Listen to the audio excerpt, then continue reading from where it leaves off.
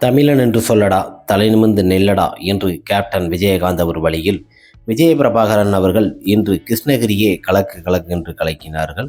தன்னோட கட்சி நிர்வாகியோட இல்ல திறப்பு விழாவிற்கு நமது விஜய பிரபாகரன் அவர்கள் இன்றைய தினம் கலந்து கொண்டார்கள். நமது கேப்டன் விஜயகாந்த் அவர்களுக்கு எப்படி ஒரு அன்பான வரவேற்பு தாய்மார்கள் கொடுப்பார்களோ அதுபோல விஜய பிரபாகரன் அவர்களுக்கு வரவேற்புகள் அதிகமாக கொடுத்தார்கள்.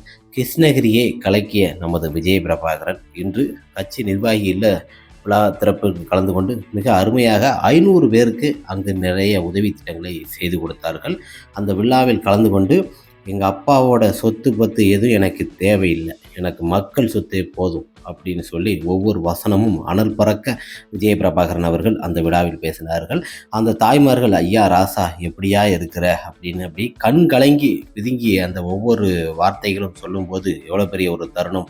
கேப்டன் விஜயகாந்த் அவர்களை பார்த்தது மாதிரியே இருக்கியா, அந்த 80-90 இப்படி தான் அந்த ஊரில் ஒரு விழாவுக்கு கலந்துக்கிட்டு அவர் நிறைய விஷயங்கள் செய்து கொடுத்தாரு, அது போலவே இருக்கியான்னு சொல்லி அந்த அம்மா கண்ணீரோடு பேசுவோம். அந்த வசனமும் நமக்கு மிக திரையில் பார்ப்பதை விட நமது கேப்டன் விஜயகாந்த் அவர்களை பார்ப்பது போலவே நமது விஜய பிரபாகரன் இருக்கிறது.